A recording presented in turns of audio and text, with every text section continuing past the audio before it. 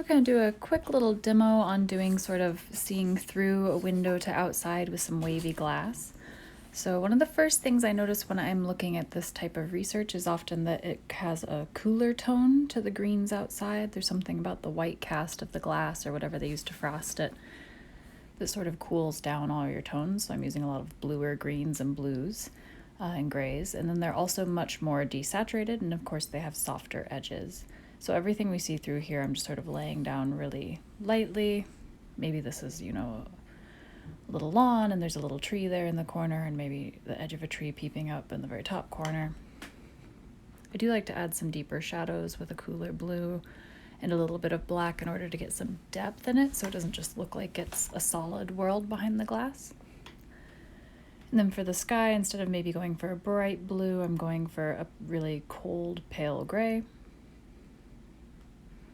Sort of working around the panes of the window here.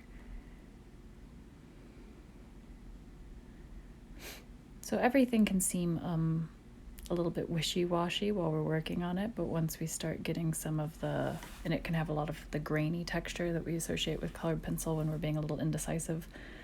But we're going to use some burnishing techniques with a white colored pencil to smooth a lot of this out and to add in some of that wavy texture.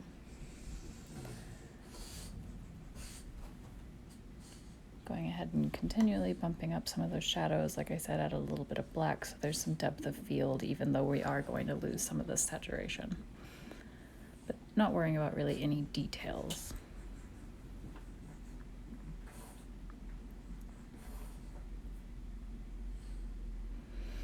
So this is my white color pencil. It's got a very soft lead. I'm going to use this to do the burnishing, and I'm going to burnish in little tiny chunks and bits and starts so that we kind of emphasize that broken up texture of the white plane. If I were doing a very smooth glass, maybe I would go ahead and do just like a perfect flat version of burnishing, but instead I'm going to do little angles, little parts, and try to get them to butt up against each other so that we get some randomness in how this reflects.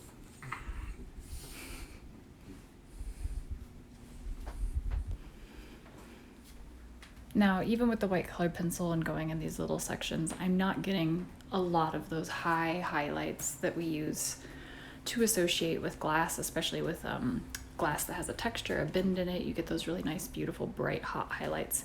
So once everything is burnished through and we have some texture in it, I'm going to use a couple techniques to bump that up.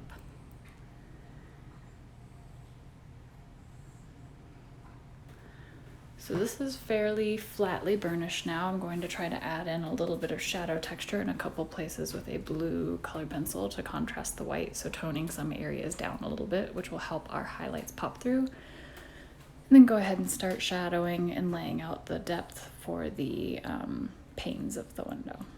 So next thing we're going to do is grab a X-Acto knife. I have one with like a little weird bend that I have put in the edge of the knife that I use for this technique, but you can use anything that's a bit sharp and use it to kind of scratch away the wax.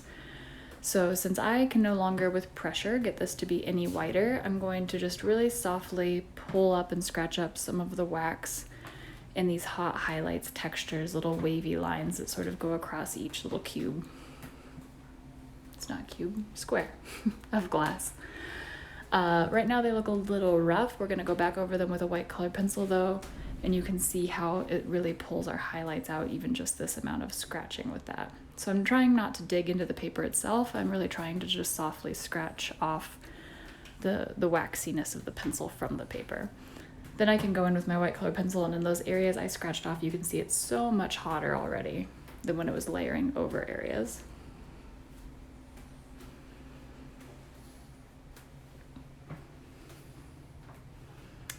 And then you can use a gel pen. You could do this without scratching off probably, but I like to show you both methods.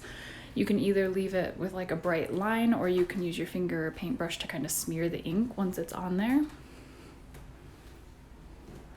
Those give us some very nice, beautiful, bright highlights of the glass that sort of show the waviness of it. And then I like to shade the corners of my panes of glass to show that these stand in front of that. Give them a little bit more definition.